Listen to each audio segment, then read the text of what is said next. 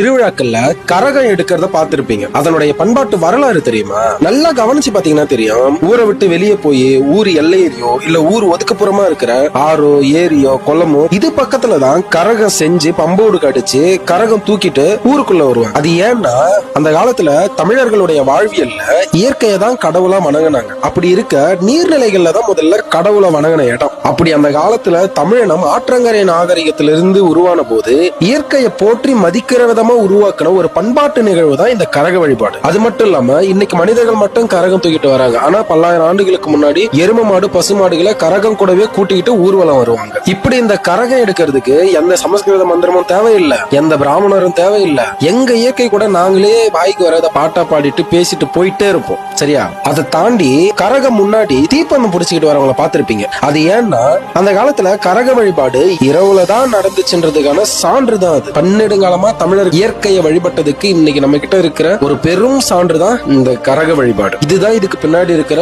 உண்மையான பண்பாட்டு வரலாறு.